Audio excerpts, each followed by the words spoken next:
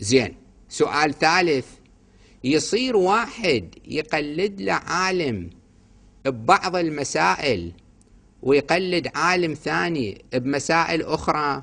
بعض الناس يدور الأسهل قولته، تنقل فلذات الهوى في التنقل، يوم يرجع لهذا يوم يرجع لذاك، يشوف وين ما يعجبه الحكي يقول هذا أحسن لي أسهل لي. هذا حكي يسموه؟ لا، هذا كلام باطل. القضية مو قضية أسهل أو أحسن لي، وهذا قريب يمي قريب مني أقدر أتصل بيه وذاك بعيد شي وصلني إله. احنا ذكرنا شروط: بالغ، عاقل، عادل، رجل، مجتهد، ومنها حي، الأعلمية، هالأمور اللي ذكرناها. أما بعد أمور ثانية والله هذا قريب مني أقدر أتصل بيه، ذاك شي وصلني إله، حتى لو شي وصلك إله، إذا ذاك البعيد أعلم لازم تقلده، ترضى ما ترضى. هذا القريب أعلم تقلده. المسألة مو مربوطة بقرب وبعد، مو مربوطة أن هذا من جماعتنا هذا مو من جماعتنا، هذا صديقي أبوي كان يقعد وياه ويقوم، هذا مو صديقنا مثلا، هذا من أهل بلدنا ذاك غريب. هالحكي كله ما يجي بهالأمور، هذه أمور شرعية. الإنسان يشوف الفقيه الجامع للشرائط ويقلده، ماكو غير هذا. فعليه يقول أنا أريد أخذ بعض المسائل من هالفقيه، بعضها من الفقيه الآخر. نقول له جواب هالكلام، نقول له هذا الفقيه الأول ألف أعلم في كل الأبواب الفقهية من الثاني، ما يجوز لك تروح للثاني، خلاص تأخذ برأي هذا. لو فرضنا وهذا فرض قد يكون غير واقعي، وإذا وجد فهو نادر، لو فرضنا أن هذا الفقيه أعلم في شطر من الفقه، مثلا في أبواب العبادات، الصلاة، الصيام، الحج، الزكاة، الخمس، الاعتكاف، الوضوء، الغسل، هالأمور عنده علم غزير أكثر من ذاك، بس بالمعاملات بيع، إجارة، مساقات، مزارعة إلى آخره، هذاك علم أكثر.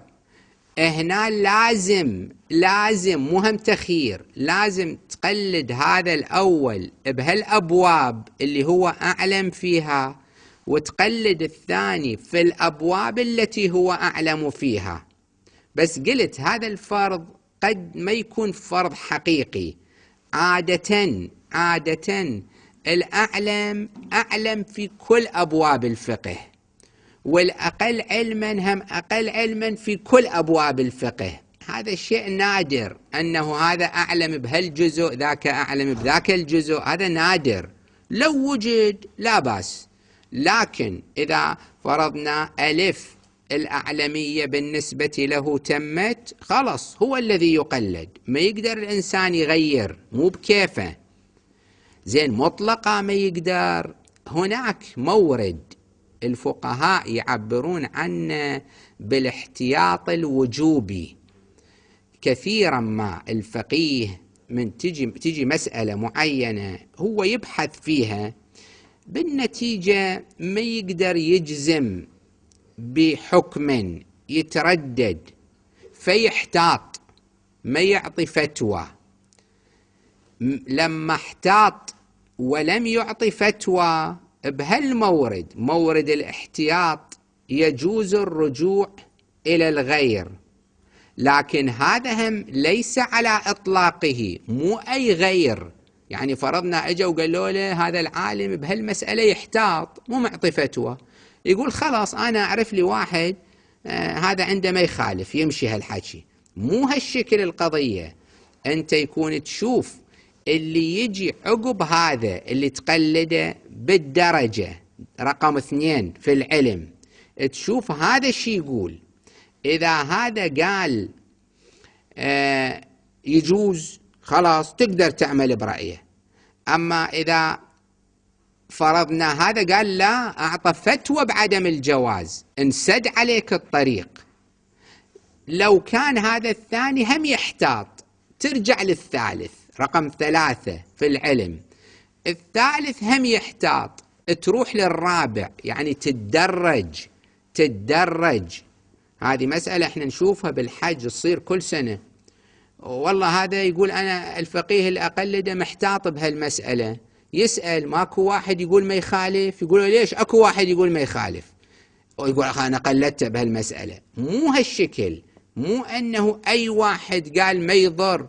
أنت شوف اللي يجي عقب هالمرجع اللي تقلده مباشرة في الدرجة في العلم، إذا هذا يجوز تقدر تأخذ برأيه، يحتاط تروح للثالث للرابع، الاحتياطات.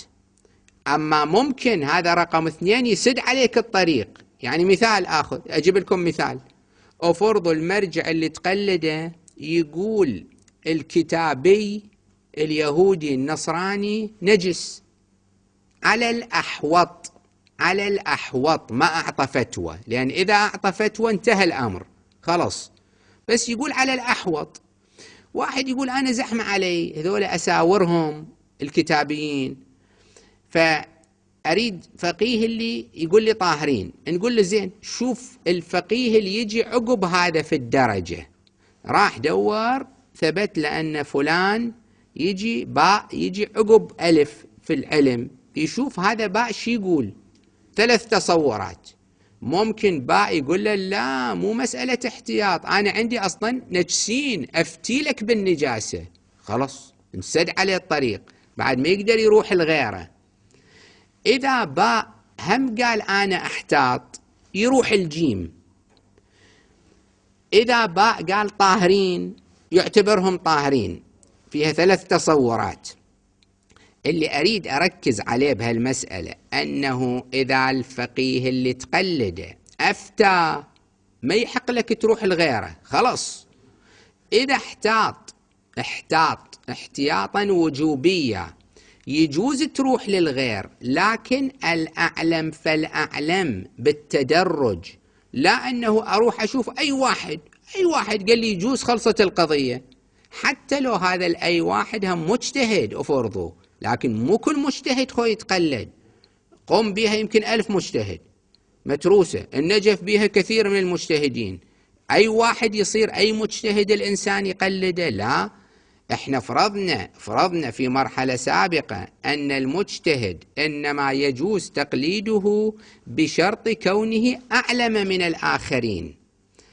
هذه هم كلمة نقولها حتى نختم الكلام. مسألة الأعلمية إنما نشترطها حيث يكون اختلاف بين الأعلم وغير الأعلم في المسائل التي يبتلى بها المكلف، مسائل الصوم الصلاة، الأشياء اللي هو يحتاجها.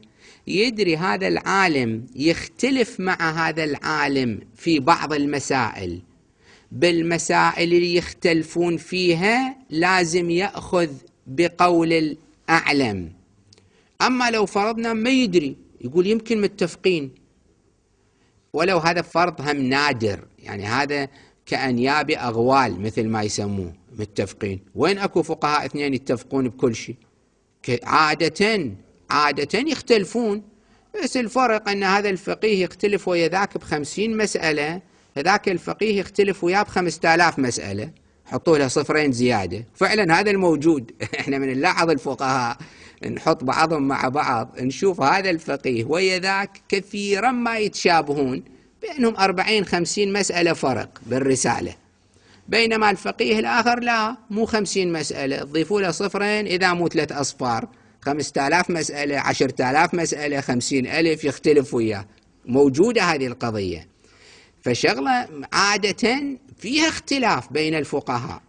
نعم، لو فرضنا الاختلاف في الأمور التي ليست مورد ابتلاء المكلف، يدري بصلاتهم وصومهم والحج والوضوء متفقين، إذا أكو اختلاف بكتاب فرضوا الاعتكاف، إذا أكو اختلاف بكتاب الديات بكتاب القصاص، يقول أنا الحين شو خصني بكتاب الديات والقصاص، مو مورد ابتلائي، المسائل اللي مورد ابتلائي ذولا مو مختلفين فيها، هنا هانت الأمور. لكن بما إذا علم بوجود الاختلاف يكون يأخذ بقول الأعلم. ليش؟ نشير للدليل اللي يذكر.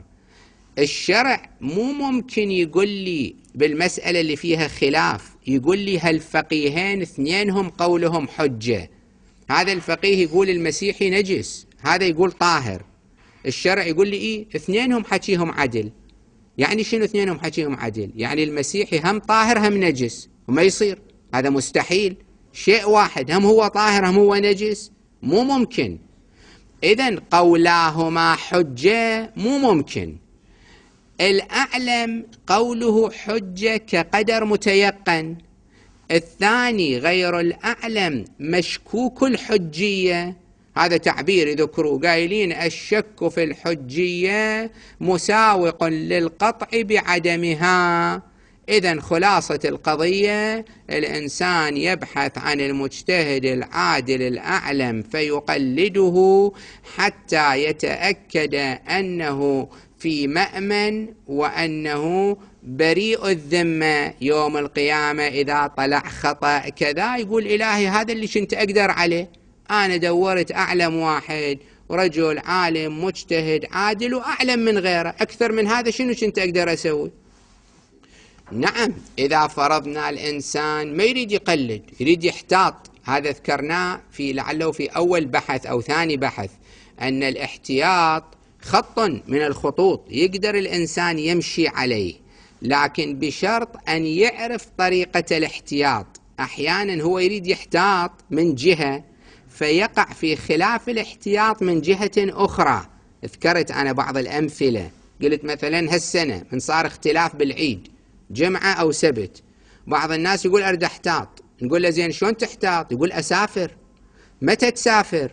يقول الصبح، غير أطلع الصبح. لا، هذا مو احتياط، لأن أنت من الفجر للصبح إلى أن تطلع تنوي الصوم، يمكن هذا عيد، ما تنوي الصوم يمكن هذا شهر رمضان. إذا تريد تحتاط يكون تطلع قبل الفجر، فيطلع عليك الفجر وأنت في حال سفر. كثيرا ما الإنسان اللي ما عنده مثل ما يسموها اليوم تعبيرات جديدة خلفية، الأيام يسموها خلفية، اللي ما عنده خلفية، ما أدري شلون اسم هذا مو لطيف، على كل ماشي تعبير، اللي ما عنده خلفية هذا ما يقدر يحتاط، يقع في أخطاء. اللي عنده معلومات مسبقة، نغير التعبير، عنده معلومات مسبقة، دارس شوية، متعلم له كم مسألة، اللي يعرف شلون صاير الاحتياط لا بأس له.